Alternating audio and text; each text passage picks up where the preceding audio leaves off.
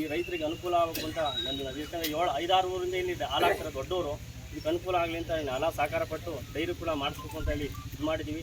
ಒಂದು ಉನ್ನತ ಮಟ್ಟಕ್ಕೆ ನಡೆಸ್ಕೊಂಡು ಹೋಗಬೇಕು, ಡೈರಿ ಒಳ್ಳೆ ಆದಾಯ ತರಬೇಕು, ರೈತರಿಗೆ ಅನುಕೂಲ ಆಗಬೇಕು ಅಂತೇಳಿ ನಾವೆಲ್ಲ ಕೂಡ ಕೈ ಜೋಡಿಸಿ ಒಂದು 9ರಿಂದ ಅಧ್ಯಕ್ಷ ಉಪಾಧ್ಯಕ್ಷರನ್ನು ನಾಯಕ್ ಪಾಷ ಅವರು ಮತ್ತು ನಮ್ಮ ಶ್ರೀಕಂಠವನ್ನು ಆಯ್ಕೆ ಮಾಡಿದ್ದೀವಿ.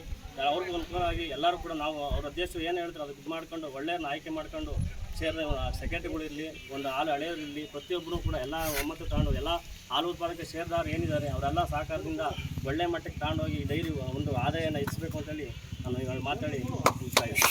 9 ವರ್ಷಗಳಿಂದ ಈ ಡೈರಿ ಮುಚ್ಚೋಗಿತ್ತು ಕಾರಣಾಂತರಗಳಿಂದ. ಇದನ್ನು ಬಹಳ ನಿರಂತರವಾಗಿ ಹೋರಾಟ ಮಾಡಿ ಈ 9 ವರ್ಷ ಸರ್ಕಾರದ ಮಟ್ಟದಲ್ಲಿ ನಮ್ಮ ಈ ಅಕ್ಕಪಕ್ಕದ ಹಳ್ಳಿಯವರವ್ರಿಗೆ ಸರ್ಕಾರದಿಂದ ಸಿಗೋವಂಥ ಸೌಲಭ್ಯಗಳನ್ನು ಎಲ್ಲ ನಮ್ಮ ರೈತಾಪಿ ವರ್ಗದವ್ರಿಗೆ ಸಿಗಲಿ, ಅವ್ರಿಗೆಲ್ಲ ಒಳ್ಳೆಯದಾಗಲಿ ಅಂತ ಹೇಳಿ 3 ವರ್ಷಗಳಿಂದ ಕಠಿಣ ಶ್ರಮವನ್ನು ಪಟ್ಟು ನಮ್ಮ ರೈತರಿಗೆ ಒಳ್ಳೆಯದಾಗಲಿ. ನಾವು ಒಂದು ಗ್ರಾಮ ಪಂಚಾಯತಿ ಮೆಂಬರ್ ಆಗಿದ್ದೋ, ನಮ್ಮ ಜನ ಎಲ್ಲ ನಮಗೊಂದು ಓಟ್ ಹಾಕಿದ್ದೋ, ನಾವು ಅವ್ರೊಂದು ಋಣ ತೀರಿಸ್ಬೇಕು, ನಮ್ಮದು ಒಂದು ಹೆಸರು ಬೇಕು ಡಿಕಲ್ಕೆಲ್ಲ ಅಂತ ಹೇಳಿ ನಮ್ಮೂರಿಗೆ ಒಳ್ಳೆಯದಾಗಲಿ ಅಂತ ಡೈರಿನ ತೊಗೊಂಬಂದಿದ್ದೀವಿ.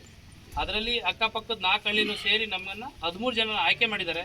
ಈ 13 ಜನನೂ ಸೇರಿ ನಮ್ಮನ್ನು ಮತ್ತು ಶ್ರೀಕಂಠಣ್ಣನ ಅಧ್ಯಕ್ಷ ಉಪಾಧ್ಯಕ್ಷನಾಗಿ ಮಾಡಿದ್ದಾರೆ. ನಾವು ಡೈರಿನ ಚೆನ್ನಾಗಿ ನಡೆಸ್ಕೊಂಡು ಹೋಗ್ತೀವಿ ಮತ್ತು ಮುಂದೆ ಬರೋ ದಿನಗಳಲ್ಲಿ ಒಳ್ಳೆ ಬಿಲ್ಡಿಂಗು ಕೊಡ್ತೀವಿ.